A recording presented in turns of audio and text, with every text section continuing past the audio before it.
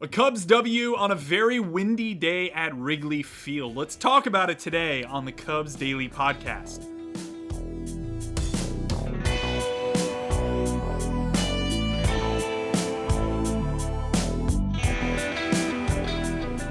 I noticed the wind on my walk into the Marquee Sports Network studios today, which are right across the street from Wrigley Field.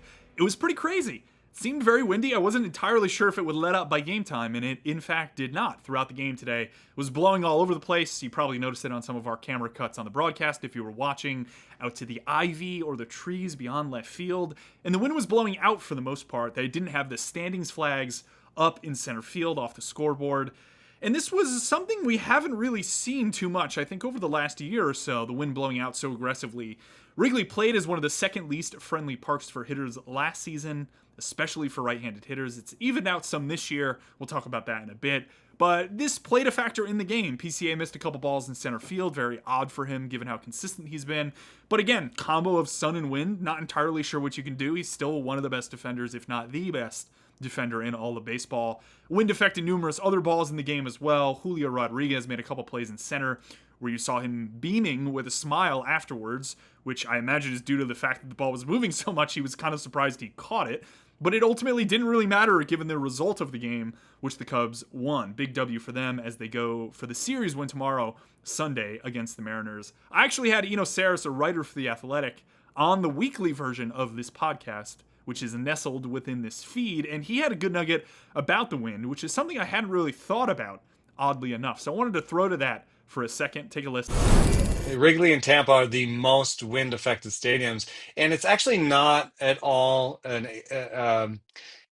it's not at all surprising in a certain way.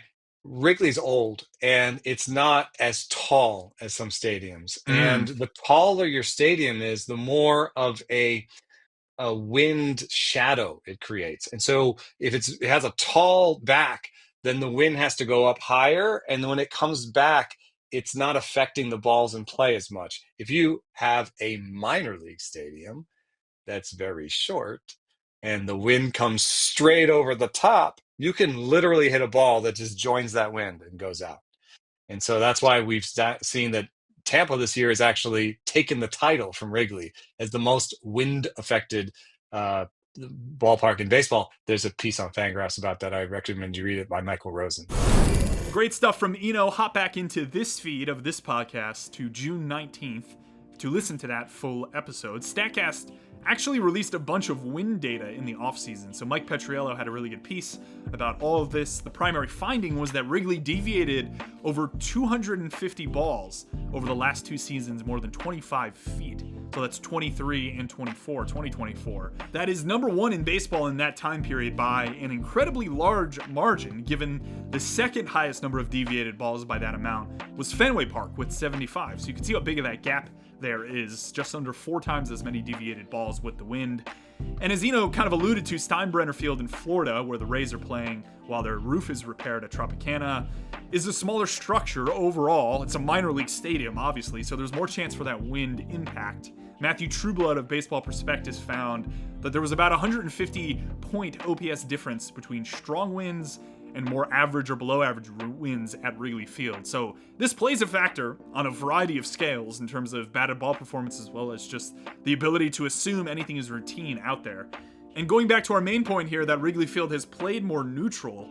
It's still bottom 10 in the league in terms of park factor for righties, but it has improved from last season, and their overall park factor is more so around average. So righties are getting a boost and lefties are getting a boost compared to 2024, where it played much more pitcher friendly. So now you can kind of see, if you look at 22, 23, 24, 25, that the 2024 year looks like a bit of an outlier. 2025 matches up much more with 22 and 23. But the key with Wrigley, as always, is the variance in that wind. And I think that's a part that, again, everyone checks the water if they drive into the stadium, or just the flags, as I did walking in to the park today. Ian Happ with a pair of long home runs. I think both would have been gone without the wind because he hit them very well. He actually passed Chris Bryant today on the Cubs' all-time home run list, now with 161 in his career. Bryant hit about 140 in 5 years for the Cubs.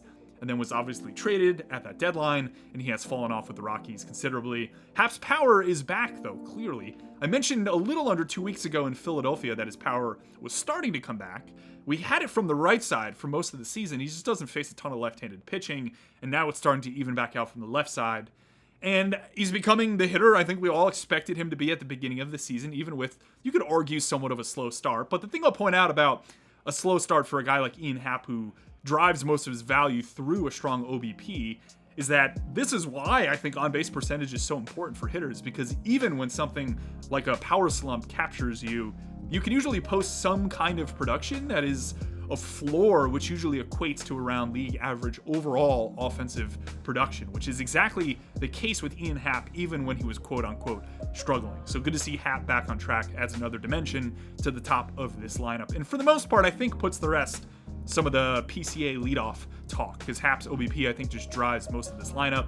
For the most part, I kind of love where Pete is in terms of his aggression, his ability to get RBIs, and hit a bunch of balls to his pull side, which he's done really well this year, especially in the air. If you look at a leaderboard entering Saturday of players in terms of how often they pull their fly balls, number 2 and 3 on the list were both playing at Wrigley Field this weekend. Cal Raleigh, who hit 2 home runs on Friday, is number 2 on that list. Pete Armstrong is number 3, both of them pulling around 40 to 50% of their fly balls, whereas the league average is more around a third of your fly balls being pulled, so both of those guys are well above that mark overall. Now, are there limitations to pull side power? Sure, but for the most part, if you look at just where slug is derived from in terms of batted ball, specifically on fly ball direction, hitters slug about 1,600, yes, 1,600 on pulled fly balls versus just over 500 on fly balls hit to center field. So that's the main reason that this has become a topic that you'll hear Boog bring up occasionally on the broadcast, and one that I kind of champion as well. Cade Horton's outing is a tough one, I think, to analyze with this win we've been talking about. He was pulled in the 5th inning around 90 pitches,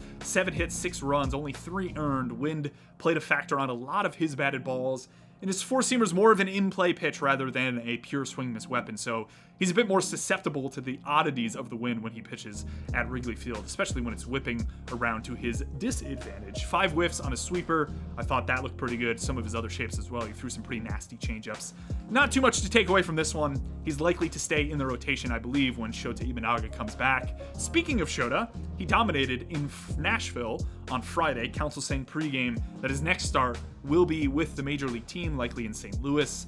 Big 4-game set coming Monday through Thursday against those Cardinals at Busch Stadium. Curious to see who comes out of the rotation, but as I said, my bet is that Horton stays in. Porter Hodge on a rehab with Iowa as well. Looked a bit shakier on Friday. Seems to me like just rust. He's been out for a bit. Counsell mentioning the other day that he'd need multiple rehab appearances, so we'll see how he looks next time out, which is likely to be Sunday or Tuesday. Minor league teams don't play on Monday. So here's some Counsell sound on today's crazy wind game and some other nuggets.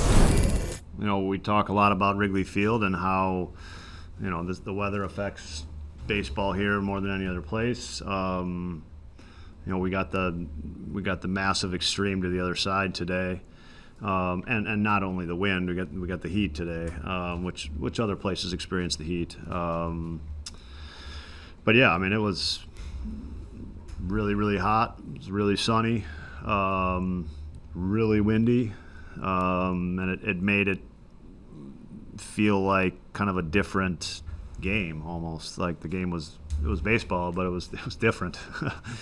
And you know, we fought, we battled, and we did enough to get a win. So it was, you know, you're trying to kind of take, you know, what have our guys done? I thought about it with all the pitchers. How many pitches can they throw? How much can they be exposed out there? Carson was in good shape all day, fortunately, and did a nice job. I mean, it zaps your concentration as well. So it was very, very difficult conditions. Logan Gilbert for the Mariners tomorrow. Another tough matchup for the Cubs offense. This will be his second start off the IL. He was dealing with a flexor strain in his throwing elbow. First start looked pretty sharp for him off the IL. 5 innings, 10 strikeouts. He's a huge dude. Big extension down the mound. Deep mix, really nasty splitter. Cubs send out Colin Ray, who's been a bit of a roller coaster lately. Over his last 4, he's had 2 starts with 2 earned or less, and 2 starts with 6 earned or more. Wonder how the wind will play tomorrow. My weather app says that it will not be as windy, but it will be as hot. So we'll see how that influences the game. It's a 1:20 start on Sunday, noon pregame show for us, Colreich, Cliff Floyd. Andy Martinez will have you covered after the game tomorrow, and I'll see you earlier this week for a huge series with the Cardinals.